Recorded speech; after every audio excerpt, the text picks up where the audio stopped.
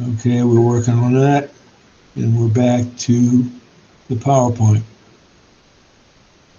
So where's the pituitary gland?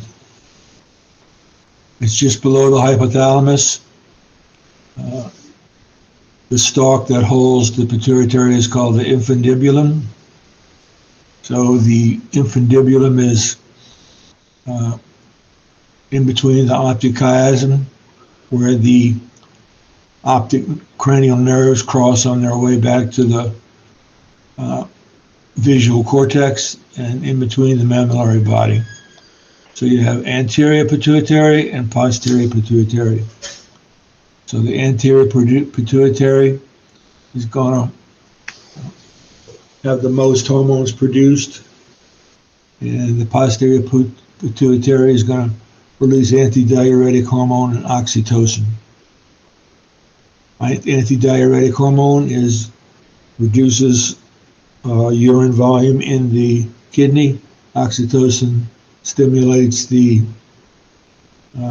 contraction of the uterine muscle during childbirth. It also is involved in bonding of the mom to the newborn baby. And sad to say, it's very, very important. And I say sad because many women experience postpartum depression, which is a major problem and certainly a very, very difficult malady to take care of. More details of the role of the hypothalamus. So these hypothalamic nuclei produce antidiuretic and oxytocin, and those nerves release ADH and oxytocin in the blood supply of the posterior pituitary. The anterior pituitary gland produces hormones, but the release is controlled by the hypothalamic neurons and their regulatory hormones.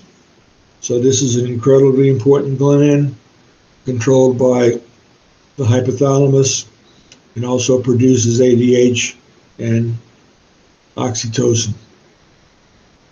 So if we look at this whole list of hormones in the anterior pituitary, we have these releasing hormones: thyroid releasing hormone, corticotropic releasing hormone, gonadotropin releasing hormone also involved. So thyroid stimulating hormone, adrenocorticotropic hormone, follicle stimulating hormone, LH.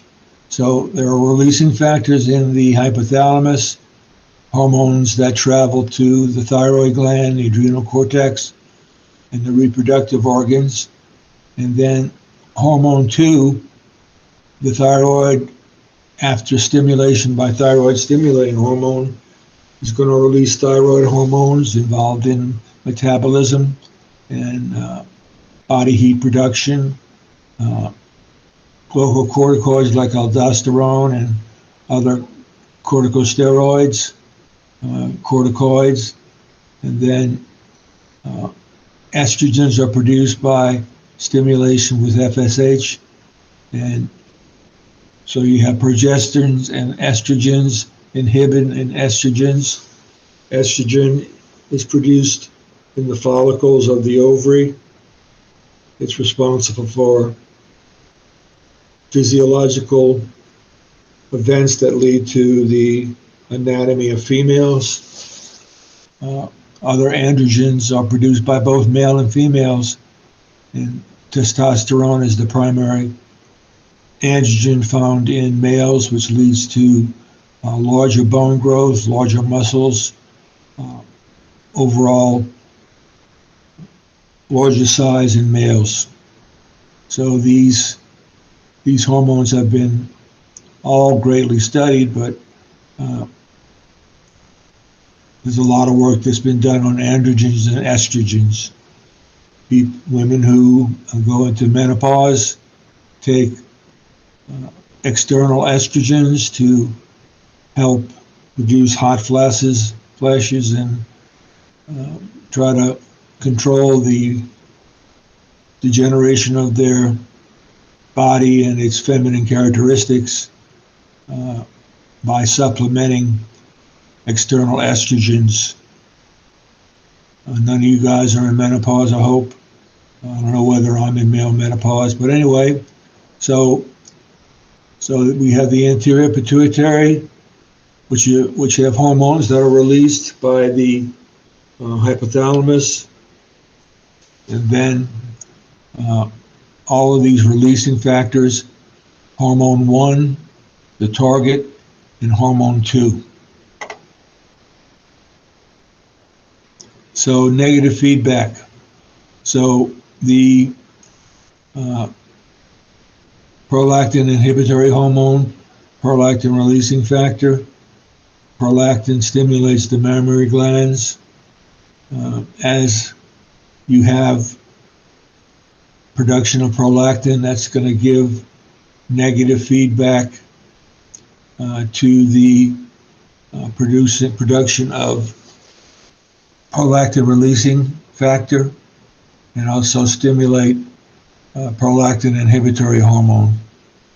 So as the level of prolactin is sufficient, if the woman's pregnant, that's going to be modified by estrogens and follicle stimulating hormone.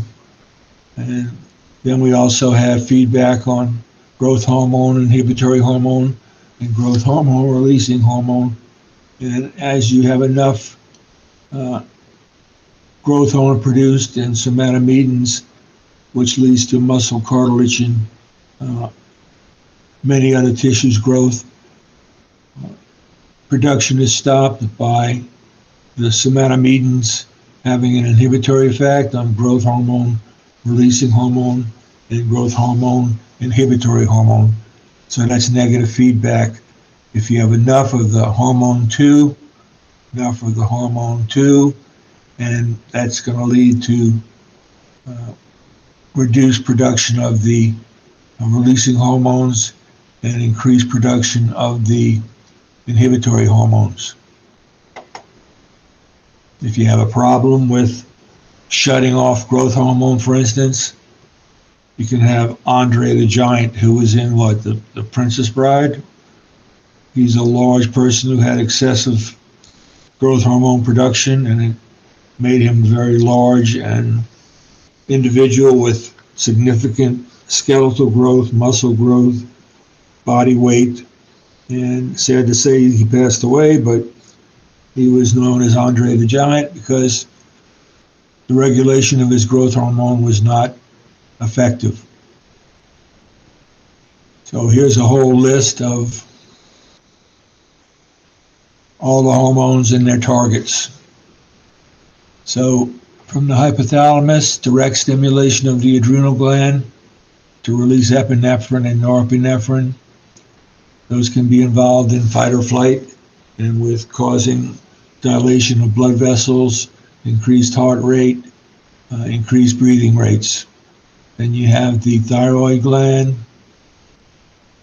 And so notice the release from the anterior pituitary of adrenocorticotropic hormone, thyroid stimulating hormone, growth hormone, prolactin, follicle stimulating hormone, luteinizing hormone, melanocyte stimulating hormone, and from the cells in the posterior, or the hypothalamus rather, causing the release of oxytocin and antidiuretic hormone, which reduces urine output. Oxytocin can affect the prostate gland and the ductus deferens, which is the duct that carries sperm from the testes to be released through the urethra. Females stimulate smooth muscle and mammary glands. The stimulation of uterine smooth muscle leads to contraction of the uterus to deliver a newborn. Melanocytes is controlling the amount of pigment in your skin and contributing to your overall skin color. Luteinizing hormone and follicle stimulating hormone are going to lead to production of estrogen, progesterone, and inhibin in the testes of the male, production of testosterone and inhibin, and prolactin is going to stimulate the development of the mammary glands. So what's the thyroid? Where is it? The thyroid is just below the thyroid cartilage. Is the thyroid gland. Its job is to make thyroid hormones upon stimulation from the thyroid stimulating hormone. The thyroid hormone is very important for growth, metabolism, making sure you have a stable body temperature and you maintain your body temperature. So here we have an example of the regulation there, the regulation of, so here you have normal calcium levels. The thyroid gland produces calcitonin, increased calcium to get rid of calcium, calcium deposition in the bones, blood calcium declines. So to keep the level of calcium in the blood constant, you have this release of hormone calcitonin, which helps cause calcium to be reabsorbed in bone and to have kidneys excrete more calcium. On the other hand, if you need to increase blood calcium, then parathyroid hormone is going to release calcium from bone, absorb calcium in the kidneys, stimulation of calcitrol production, and enhance absorption in the digestive tract. So the role of calcium in keeping its levels in the blood at this level, milligrams per deciliter. Calcium is incredibly important for muscle contraction and for heart contraction. And so calcium is intimately involved in obviously being stored in your bones, and your bone is a storage depot for calcium. You have to have sufficient levels of calcium to have your heart work, have your muscles function, and have the nerves that release neurotransmitters to function. So the parathyroids on the posterior side of the thyroid gland. You can see here's thyroid tissue, here's parathyroid tissue. So these four little nodules on the back of the thyroid gland are the parathyroid glands. So thyroid, the hormones are produced, T3 and T4, and the increased energy utilization, oxygen consumption, calcitonin decreases calcium concentration, and parathyroid increases calcium concentration. So here we have two hormones dedicated to maintaining calcium level. Okay, we'll stop there. Record this, stop recording, stop recording.